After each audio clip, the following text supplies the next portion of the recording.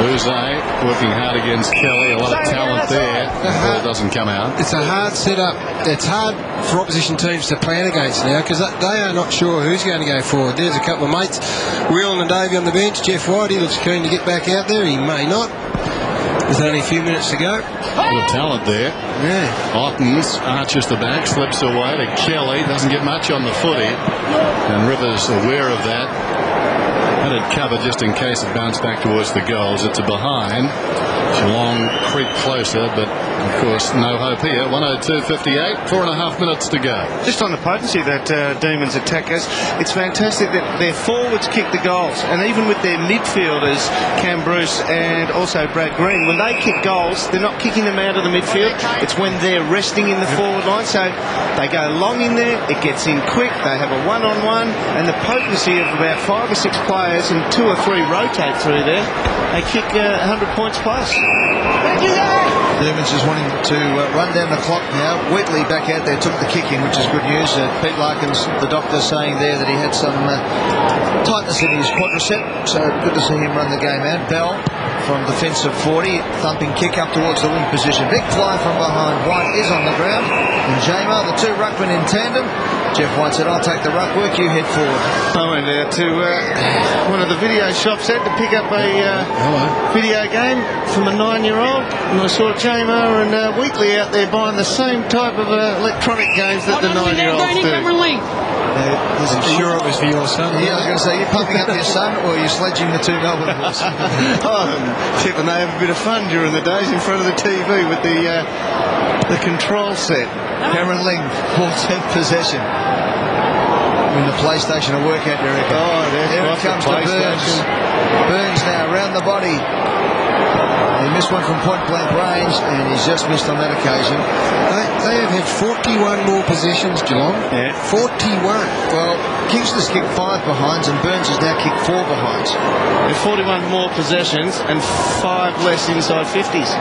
You start thinking best players, you've got Cameron Bruce, and then it is a cross-the-board effort for Melbourne. Team effort, Gary. It is a big... I might just have to go with team effort. Team effort, the old under-11s in the local paper. Team effort. The ball goes forward from Green. He's been good, Green, no doubt about it. So too Bruce. Off the pack, it comes out to Ablett, who's fed it out a fair bit tonight. King to Melbourne, who's had a stack of possessions as well. Back to Gary Ablett, inside 50, but it's awkwardly. Good play by Enright in the end, but Russell Robinson decides to chase the ball down the back line and get a kick himself. Clean. Wanted to take the tackle because he wanted to open it up. It was good play. Maloney, a thumping kick up towards full forward. Jamer goes up, off hands, into the open goal. Guess who? Appropriate. Cameron the Bruce with his 3rd goal. Well, I don't know, Gaz, if you've... I know I haven't yet in the Lou Richards medal. I don't know if you've given a 9-voter yet this year, but I'm smelling a 9-voter coming up for one bloke who plays for Melbourne, and that goal just... I reckon that just put him up from 8 votes to 9. It's another one, you never know. You might see the big... You might get the first ever 10. Have we ever had a 10? No. Don't look at me like that, Ed. I've never given a 10. I know. How about that scoreline? 17-6, 7-17. Big result for Melbourne.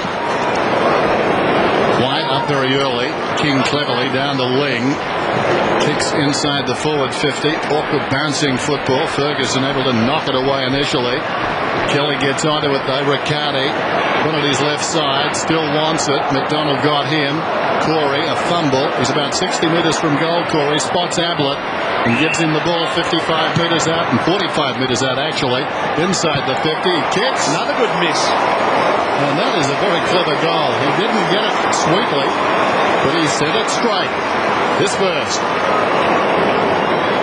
Just gave it a little fist pump at the end of it, Dan. I'm not sure with it, 2 minutes to go. That might have been a bit harsh. Might have been excited about the goal.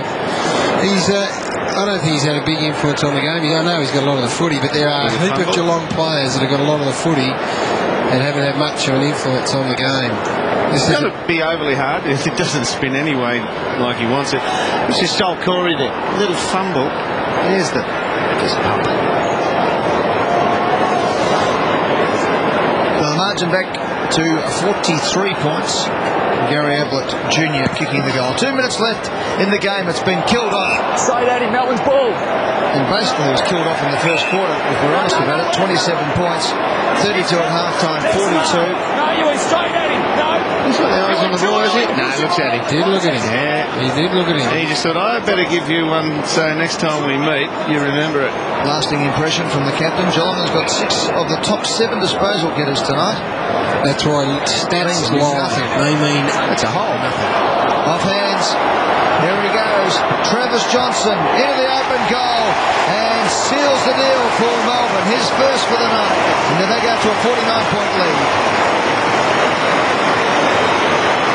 Well, I think Travis Johnson, perhaps of any player in the competition, he might be most wing-like in terms of the way he plays. I know not too many. There's the free kick. I mean, Stephen King's looking at Jeff White. You can't do that. That's an accurate, correct free kick, and it's cost them a goal. But Johnston's ability on the wing to go back when they've needed it, he's provided really good cover, and then go forward now and kick a goal. He's a good player, Travis Johnston. Should be interesting. Yes, a rematch. 142 remaining. 114 plays 65. Melbourne, as we said earlier, remain undefeated. Well, that was hardly spirited. It falls to Ling, who kicks inside the 50, charging up his Bizzle, liked his game. Over the top to Brown. Brown chips it out wide. They can go wide now and consume some time. McDonald takes the mark. Melbourne will play St Kilda in round 4 on the Sunday. Interesting situation. The 3 clubs really tipped as big improvers or potential big improvers this year. Melbourne, Geelong and the Saints. And Melbourne, in the space of a week, may be able to beat both of them. That's getting ahead of ourselves, but certainly they put the Cats down tonight. Across half-back, this is Enright. Little chip to midfield. Kelly. Melbourne in sparkling form at the present time. Going back, Kingsley falls to Wattens. He's in trouble. Hand passes back towards the middle. Melbourne gets the right borrow on it. Johnston gets back. Does he get back in time? No. That's what, Yes. That's what you were talking about, Gary. We ran to the other end, but as a winger, that is the 3rd time tonight he's chopped in to the defensive goal square and saved a goal. Twice by chipping across the front for a chest mark, and 3rd time then by laying a hand on the spoil. Very important that he has run very hard. A player who had a lot of osteitis pubis problems. So it's not so much his intent, but his ability to do it now. He looks really fit and he looks tuned in and ready to go. And as you said, playing the game that his coach is telling him to play. So some great signs tonight for Melbourne. Couldn't be any better. Providing they've got through with injuries, it's been a perfect night for them. He's been good, Burns. His kicking has been a little bit erratic. It's a tough kick under those circumstances. He's put it out of bounds on the full, and that, along with his 4 behinds, has been the blemish on his play. A little bit erratic, Ed. He's missed one from 12 metres. Set shot. Likes to take a risk with a kick, Travis Johnson. Now, percentage play, disciplined. That's what he does. Kicks it up the line to his ruckman. He's angry, Kingy. An elbow in the ear there on Jeff White.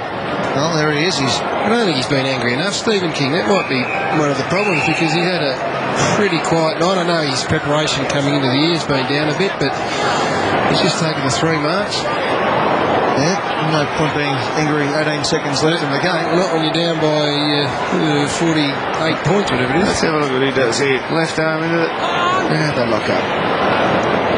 And it's going to fizz out this game, but it's a big one for the Melbourne club.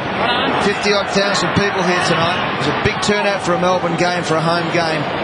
They've got the chocolates, they've got the money, and they've done very, very well tonight. As Wegley gets the last touch on play after Brown, and Melbourne have been convincing winners here at the MCG. A night they wanted to play well for that man, David Neitz, who, as well as playing his 250th game, became the 40th player in the history of VFL, AFL football to kick 500 goals. He ended the night with 5 goals straight.